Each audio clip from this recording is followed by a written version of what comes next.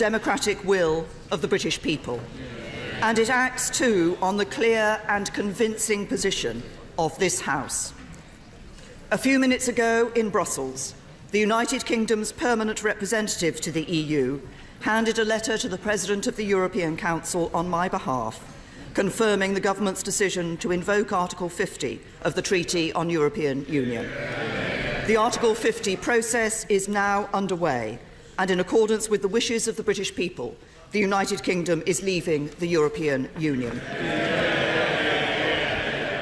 This is an historic moment from which there can be no turning back. Britain is leaving the European Union. We are going to make our own decisions and our own laws. We are going to take control of the things that matter most to us. And we are going to take this opportunity to build a stronger, fairer Britain, a country that our children and grandchildren are proud to call home. That is our ambition and our opportunity, and that is what this government is determined to do. Mr. Speaker, at moments like these, great turning points in our national story, the choices we make define the character of our nation. We can choose to say the task ahead is too great. We can choose to turn our face to the past and believe it can't be done. Or we can look forward with optimism and hope and to believe in the enduring power of the British spirit. Yes. I choose to believe in Britain and that our best days lie ahead. Yes. And I do so because I am confident that we have the vision and the plan to use this moment to build a better Britain. For leaving the European Union presents us with a unique opportunity. It is this generation's chance to shape a brighter future for our country, a chance to step back and ask ourselves what kind of country we want to be. My answer is clear. I want the United Kingdom to emerge from this period of change stronger, fairer, more united and more outward-looking than ever before. I want us to be a secure, prosperous, tolerant country, a magnet for international talent, and a home to the pioneers and innovators who will shape the world ahead. I want us to be a truly global Britain, the best friend and neighbour to our European partners, but a country that reaches beyond the borders of Europe too. Can I apologise for having to interrupt the Prime Minister. Mr Boswell, calm yourself. You've got to try to learn to behave in a statesmanlike fashion. That's your long-term goal. It may be very long-term, but it should be a goal. And what I say to the House is this. You can study the record. I will want all colleagues to have the chance to question the Prime Minister. But this is a very important statement, and I think it is reasonable to expect that the Prime Minister gets a courteous hearing and then every other colleague should get a courteous hearing. The Prime Minister. Mr. Speaker, I want us to be a truly global Britain, the best friend and neighbour to our European partners, but a country that reaches beyond the borders of Europe too. A country that goes out into the world to build relationships with old friends and new allies alike. And that is why I have set out a clear and ambitious plan for the negotiations ahead. It is a plan for a new, deep and special partnership between Britain and the European Union. A partnership of values, a partnership of interests, a partnership based on cooperation in areas such as security and economic affairs, and a partnership that works in the best interests of the United Kingdom, the European Union and the wider world. Because perhaps now more than ever, the world needs the liberal democratic values of Europe. Values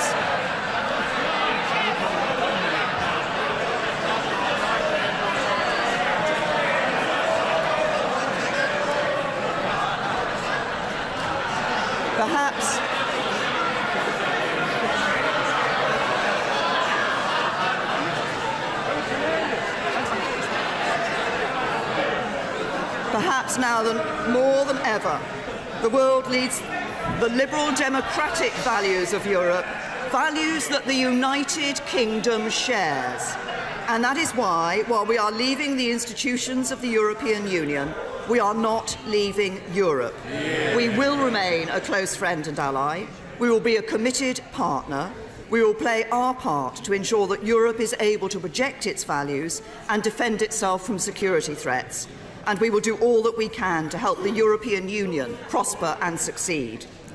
So, Mr. Speaker, in the letter that has been delivered to President Tusk today, copies of which I have placed in the library of the House, I have been clear that the deep and special partnership we seek is in the best interests of the United Kingdom and of the European Union too. I have been clear that we will work constructively in a spirit of sincere cooperation to bring this partnership into being. And I have been clear that we should seek to agree the terms of this future partnership alongside those of our withdrawal within the next 2 years. I am ambitious for Britain, and the objectives I've set out for these negotiations remain. We will deliver certainty wherever possible so that business, the public sector and everybody else has as much clarity as we can provide as we move through the process. It is why tomorrow we will publish a white paper confirming our plans to convert the acquis into British law so that everyone will know where they stand. And it's why I've been clear that the government will put the final deal that is agreed between the UK and the EU to a vote in both Houses of Parliament before it comes into force. We will take control of our own laws and bring an end to the jurisdiction of the European Court of Justice in Britain. Leaving the European Union will mean that our laws will be made in Westminster, Edinburgh, Cardiff and Belfast, and those laws will be interpreted by judges not in Luxembourg but in courts across this country. We will strengthen the union of the 4 nations that comprise our United Kingdom. We will negotiate as one United Kingdom, taking account of the specific interests of every nation and region of the UK. And when it comes to the powers that we will take back from Europe, we will consult fully on which powers should reside in Westminster and which should be passed on to the devolved administrations. But, Mr. Speaker, no decisions currently taken by the devolved administrations will be removed from them. And it is the expectation of the government that the devolved administrations in Scotland, Wales and Northern Ireland will see a significant increase in their decision-making power as a result of this process. We want to maintain the common travel area with the Republic of Ireland. There should be no return to the borders of the past. We will control immigration so that we continue to attract the brightest and the best to work or study in Britain, but manage the process properly so that our immigration system serves the national interest. We seek to guarantee the rights of EU citizens who are already living in Britain and the rights of British nationals in other member states as early as we can. That is set out very clearly in the letter as an early priority for the talks ahead. We will ensure that workers' rights are fully protected and maintained. Indeed, under my leadership, not only will the government protect the rights of workers, but we will build on them. We will pursue a bold and ambitious free trade agreement with the European Union that allows for the freest possible trade in goods and services between Britain and the EU's member states, that gives British companies the maximum freedom to trade with and operate within European markets, and that lets European businesses do the same in Britain.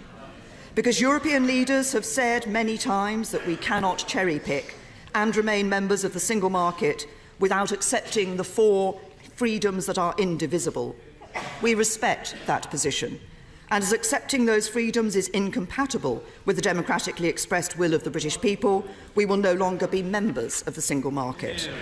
We are going to make sure that we can strike trade agreements with countries from outside the European Union too.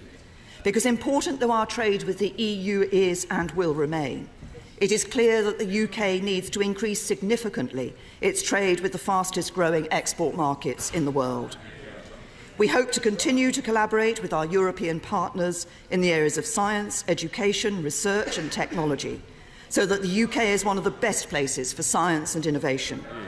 We seek continued cooperation with our European partners in important areas such as crime, terrorism and foreign affairs. And it is our aim to deliver a smooth and orderly Brexit, reaching an agreement about our future partnership by the time the 2-year Article 50 process has concluded, then moving into a phased process of implementation in which Britain, the EU institutions and member states prepare for the new arrangements that will exist between us. Mr. Speaker, we understand that there will be consequences for the UK of leaving the EU. We know that we will lose influence. We know that we will lose influence over the rules that affect the European economy. We know that UK companies that trade with the EU will have to align with rules agreed by institutions of which we are no longer a part, just as we do in other overseas markets, and we accept that. However, we approach these talks constructively, respectfully, and in a spirit of sincere cooperation. For it is in the interests of both the United Kingdom and the European Union that we should use this process to deliver our objectives in a fair and orderly manner. It is in the interests of both the United Kingdom and the European Union that there should be as little disruption as possible. And it is the interests of both the United Kingdom and the European Union that Europe should remain strong, prosperous and capable of projecting its values in the world. At a time when the growth of global trade is slowing, and there are signs that protectionist instincts are on the rise in many parts of the world, Europe has a responsibility to stand up for free trade in the interests of all our citizens. With Europe's security more fragile today than at any time since the end of the Cold War, weakening our cooperation and failing to stand up for European values would be a costly mistake. Our vote to leave the EU was no rejection of the values that we share as fellow Europeans. As a European country, we will continue to play our part in promoting and supporting those values during the negotiations and once they are done. We will continue to be reliable partners, willing allies and close friends. We want to continue to buy goods and services from the EU and sell them ours. We want to trade with them as freely as possible and work with one another to make sure we are all safer, more secure and more prosperous through continued friendship.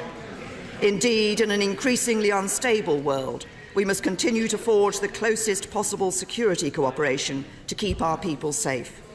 We face the same global threats from terrorism and extremism.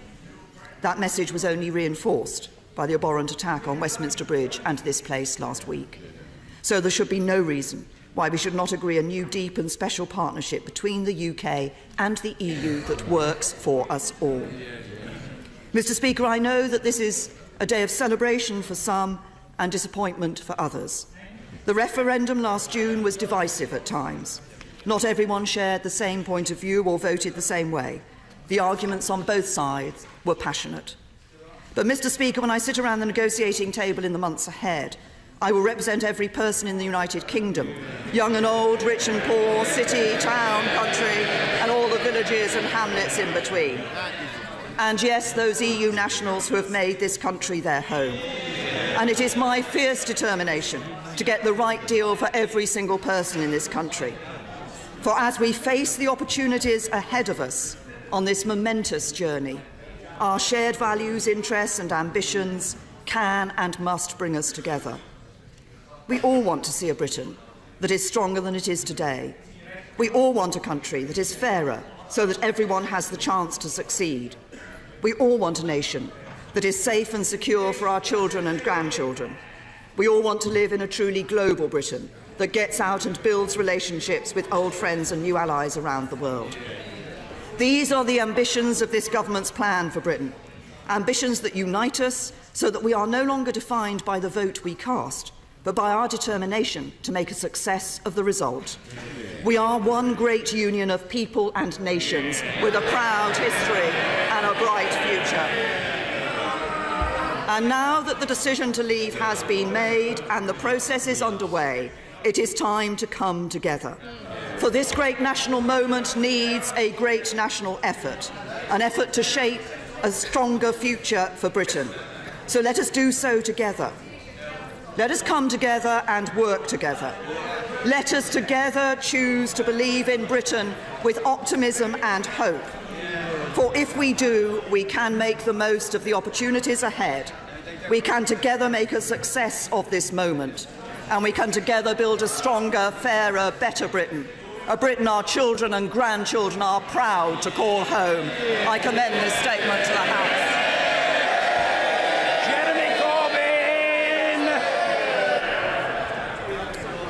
Thank you, Mr. Speaker. I would like to thank the Prime Minister for an advance copy of her statement. Today we embark on the country's most important negotiations in modern times. The British people made the decision to leave the European Union, and Labour respects that decision. The next steps along this journey are the most crucial. And if the Prime Minister is to unite the country, as she says she aims to do, the government needs to listen